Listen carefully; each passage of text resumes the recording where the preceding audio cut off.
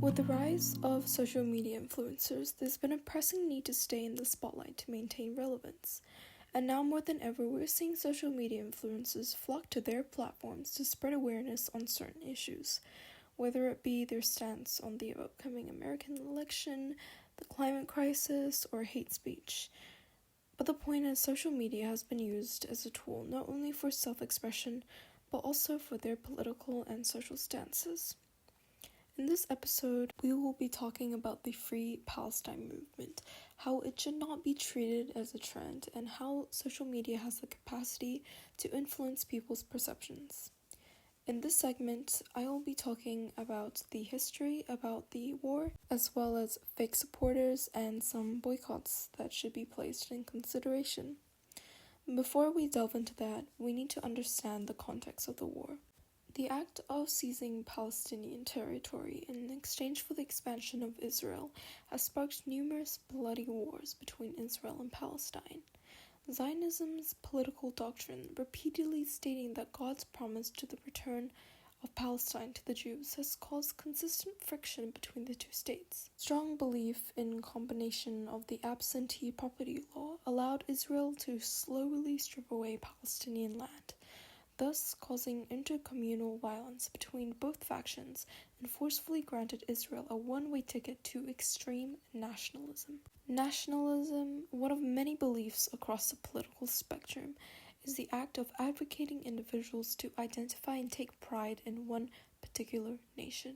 Their popular shared rhetoric, strong emphasis on sovereignty, and extreme loyalty to their nation has generally coined an uncomfortable relationship with individuals who do not identify themselves as a nationalist. After many decades of the Jewish diaspora residing in numerous countries without an official national state, the Zionist movement was established by profane Jews and was seen as a response to newer waves of anti-Semitism in Europe. The word Zionism derives from the Hebrew word Zion, symbolizing the hill in Jerusalem and the Holy Land of Israel. Towards the late 19th century in Eastern Europe, many groups promoted the idea of Zionism and the cultivation and revitalization of Hebrew. Zionists firmly believed that Palestine was their holy land, and some Jews were further motivated to migrate due to the centuries-old dream of the return of Zion. Although there are two distinct terms of the return of Zion, the biblical phrase refers to the event where Jews returned to their holy land, and that the desperation to claim Palestine was the main focus for Jewish national self-determination. Moreover, Zionists firmly believe that they deserve their right to own Israel in the same way that the French people deserve France, or that the Chinese people deserve China. This movement ultimately revived Hebrew, bought new land, created a strong military force. Eventually, they identified themselves with settlement in Palestine. However, the enduring disputes between the Israelis and the Palestinians has caused great disruption to both factions. The cruel system of domination and disconnection between different races and ethnicities is a crime against humanity. We can all agree on that. The result of extreme desperation to establish a Jewish state within Palestine has created great consequences to the people of Palestine, and ultimately expanded the two contrasting movements of Zionism and Arab nationalism. And although Zionism was the shared idea of building a Jewish state, Arab nationalism arose at the end of the 18th century to oppose European colonialism. To the Arabs, they perceived most Western rulers as pro-Israel, and so when Britain handed the power to the United Nations, this only confirmed their assumption and suspicions of the West. The build-up of Arab nationalism made many supporters to think why they had to suffer after the Holocaust, and gave Arab nations a common enemy. It forced them to fight not only against Western power, but also Israel and Zionism. But the feeling of extreme desperation or the desire to retaliate ultimately peels back a layer of civilization, thus revealing our animalistic traits to pursue our ideals. The bloody, gruesome past of both factions reflect the present, and will continue to taint the future if no changes being enforced.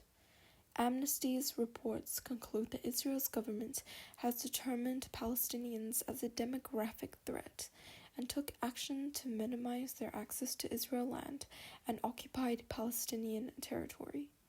Plans were illustrated to Judaicize areas of Israel and the West Bank, forcing Palestinians to immediate transfer. Furthermore, as a result of the intercommunal violence between both factions, Amnesty International reports that Israel's treatment of Palestinians across all areas is pursuant to the same objective: to privilege Jewish Israelis in distribution of land and resources, and to minimize the Palestinian presence and access to land. The defeat of the Ottoman Empire after World War I ultimately granted Britain full rights to seize Palestine. A statement issued from the British government in 1917, known now as the Balfour's Promise or the Declaration, explicated their public support for Zionism and promised the establishment of a Jewish national state to be built in Palestinian territory. Despite the satisfaction from the Jews, the people of Palestine seemed to wholeheartedly reject the idea of dividing Palestine into two and began to publicly and forcibly oppose this idea. But in contrast, the Allied powers endorsed this Zionist idea and was officially approved by the League of Nations in 1922. Rampages and riots consequently delayed the scheme and placed restrictions on development and immigration. Methods of transportation, such as ships, carried displaced children, and Holocaust survivors were unwillingly sent back to Europe, thus sprouting the idea of Jewish resistance. And in 1939, the British government adjusted the White Paper in response to the revolt in Palestine to the creation of Israel. This paper yielded to Arab demands and stated that the new Jewish country should reside in an independent Palestinian state. This had severely triggered the Zionists, as they believed that this white paper policy was in favor of the Arabs. And during this period, if one looked Arab or spoke in Arab upon their arrival in Israel, they would be forcibly de-Arabed as Jews. However, the enduring refugee crisis that emerged in Israel is unreal. And following the First Arab-Israeli War in 1948, more than 700,000 Palestinians were made refugees due to the loss of property and homeland. Innocent children, parents, civilians faced imminent forced eviction and were immediately placed to transfer. As recently as 2021, an estimated 38,000 Palestinians located in the Gaza Strip were displaced as they fled airstrikes and tried to seek shelter elsewhere.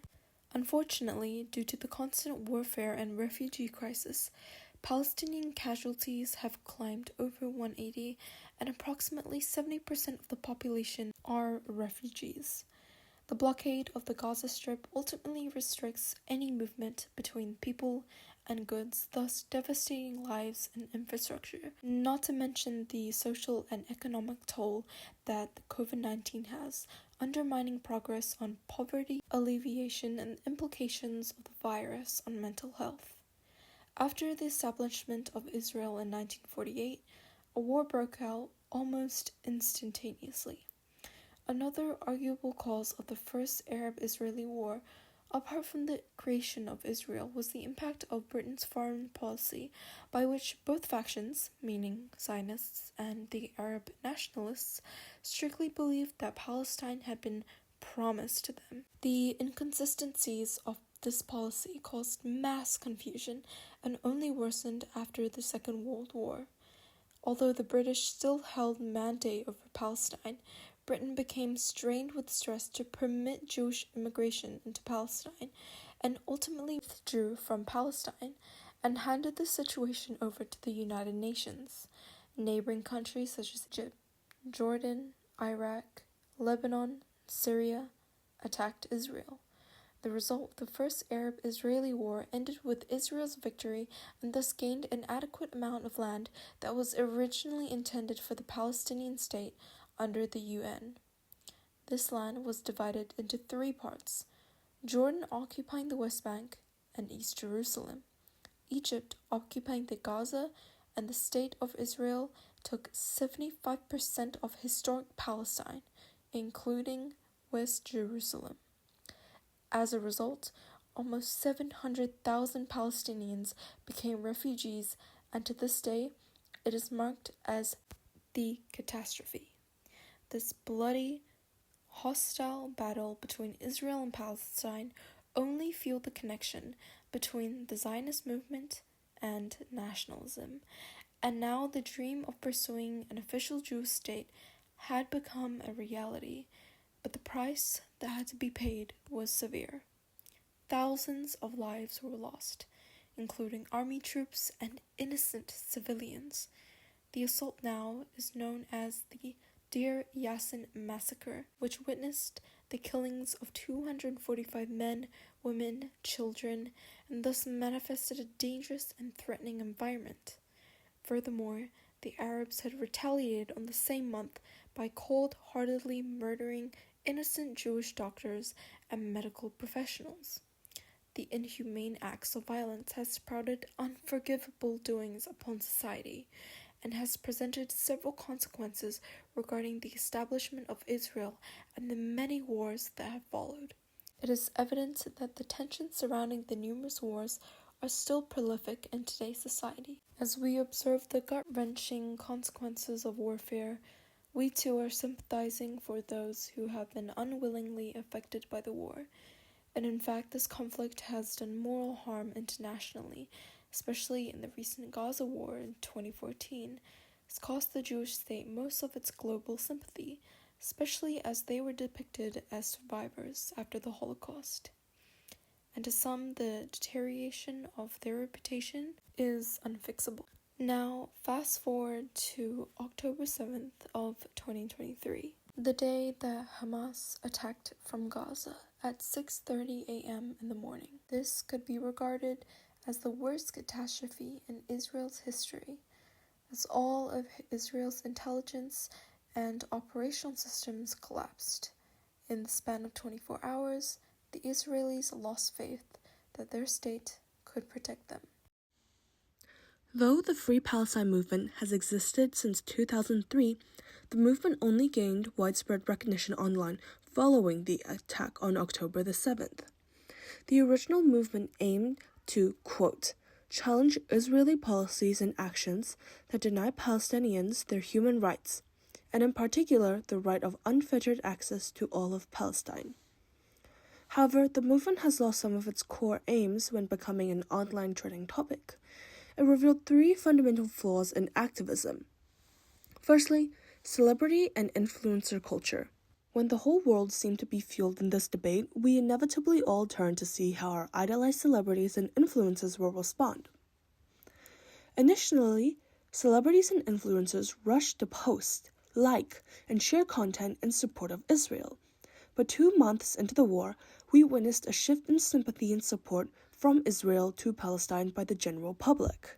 In a frantic flurry, we now see a wave of celebrities, previously sympathizers of Israel, now deleting previous posts or shifting their content to include support for both. The fear of social persecution had big A-list celebrities such as Justin Bieber, Kylie Jenner, and Jamie Lee Curtis, etc., quick to take down pro-Israel content when faced with backlash and possibility of boycotts. It may be no surprise that celebrities and influencers don't actually care all that much about the evidence for genocide of Palestinians nor any other social issue affecting the mass majority of the population. We expect them, with their substantial influence and power, to use their platform for good, but that isn't the case most of the time. Even loved celebrities like Selena Gomez, who received praise for her company, Rare Beauty, donating prophet to the Israeli Red Cross Organization and the Palestine Red Crescent Society, took off social media when criticized for disproportionately representing the impact and violence towards the two different groups. Palestine is just seen as a strategic ploy and social relevance rather than an actual humanitarian crisis. This can be seen following the Met Gala, one of the most exclusive events worldwide.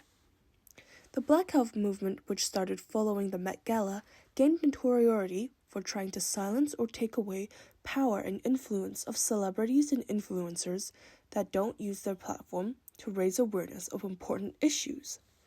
Coincidentally, this is when Met Gala attendee and artist Lizzo decided to speak out in support of Palestine. Although the blockout may not actually be the reason she spoke out, the timing and context is noted with suspicion. Secondly, the Free Palestine movement has highlighted the lack of empathy we have online. Israel's genocide of Palestinians having such wide coverage online has led to extremism on both ends. Social media has detached us from the actual suffering of people. Real Arabs and Muslims from across the world are already traumatized by watching their community witness unimaginable violence and suffering, but now they have to experience heightened discrimination and racism. The Arab/Muslim community faced racial discrimination and hate crime at a rate that's at an all-time high. This is likely linked to the racist correlation between all Muslims and Arabs with the terrorist group Hamas. Yet, Hamas does not represent Palestinians, nor the Gaza Strip, and what it has done on October the 7th is unforgivable.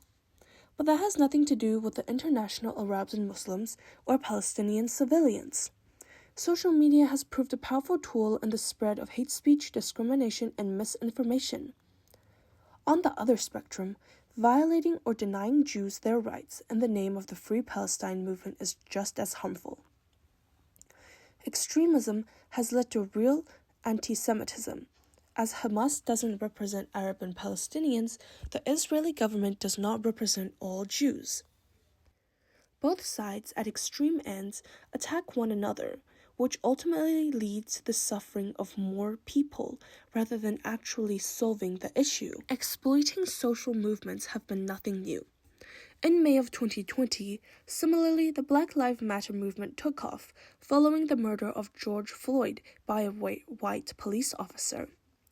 During a time where everyone was in lockdown, with nothing better to do than scroll through social media, helped the movement reach our large global audience online. The Black Lives Movement aimed to address racial discrimination and inequality, especially police brutality against African Americans. However, the popularity of the movement diluted this message. With people going to protests simply for selfies, people who aren't actually affected by racial discrimination acting like they can understand the trauma of something they haven't been subjected to, and so many people support ending at just social media posts, in a few years the Black Lives Movement has lost nearly all of its social relevance, and in turn the people stopped supporting. There is an eerie similarity between the Free Palestine and Black Lives Matter movement. The active online presence, the real humanitarian crisis, and the performative activism all raises a question. Will people stop caring about Palestine too?